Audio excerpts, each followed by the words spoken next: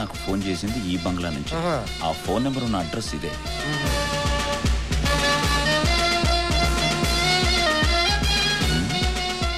వీడిని ఎక్కడో చూసినట్టుంది.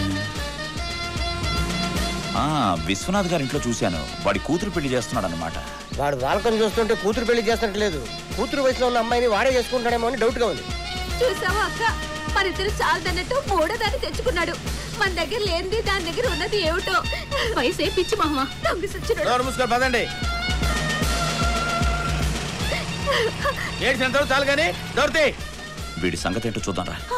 ఏంటి ఏంటి ఎవడో చచ్చినట్టు ఏడుస్తారేంటి? దిష్టి తీసేయండి, లోపల తీసుకెళ్ళండి.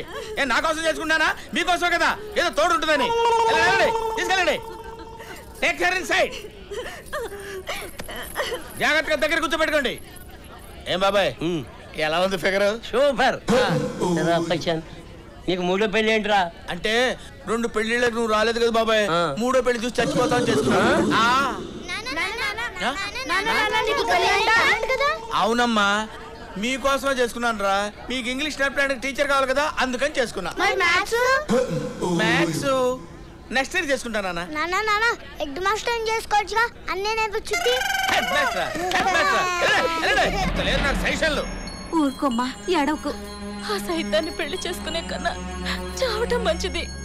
వీడింతేనమ్మా, పెళ్లికి ఎదిగిన ఆడపిల్లలున్న తండ్రులకు వెతికి మరీ అప్పులిస్తుంటాడు. రుణమాఫీ పథకం కింద పెళ్లి చేసుకుంటాడు. మేము అలాగే ఇరుక్కున్నాం. మీనాక్షి మనం హనీమూన్ వెళ్ళడానికి సింగపూర్ అరేంజ్ చేశా. కాకపోతే 2 లక్ష రూపాయలు అంటున్నారు. అవసరమా అని ఆలోచిస్తున్నారు. అయితే ఓ పని చేయండి, ఆ అమ్మాయిని ఒక్కదాన్ని పంపించేసేయండి. మీరు ఎలాగో అక్కడికి వెళ్ళి చేసేదే లేదుగా. ఏంటే బాగుతున్నావు? మా ఆయన విమానం మాత్రం బాగా ఎక్కుతాడమ్మా. మీనాక్షి హలో, ఏంటమ్మా అలా పెడతావు మొహం? మనం హనీమూన్కి ఎక్కడికి వెళ్దాం? రసికుడే. సూసైడ్ పాయింట్ కి. Suicide point. ఈ వీడియో మీకు నచ్చినట్లయితే లైక్ చేయండి, షేర్ చేయండి. ఇలాంటి మరిన్ని సరికొత్త సినిమా వీడియోల కోసం ఛానల్ ని సబ్స్క్రైబ్ చేయండి. అలాగే ఇక్కడ ఉండే ఈ గంట సింబల్ ని క్లిక్ చేయండి. మేము అప్డేట్ చేసే ప్రతి వీడియో నోటిఫికేషన్స్ మీకు వచ్చేస్తాయి.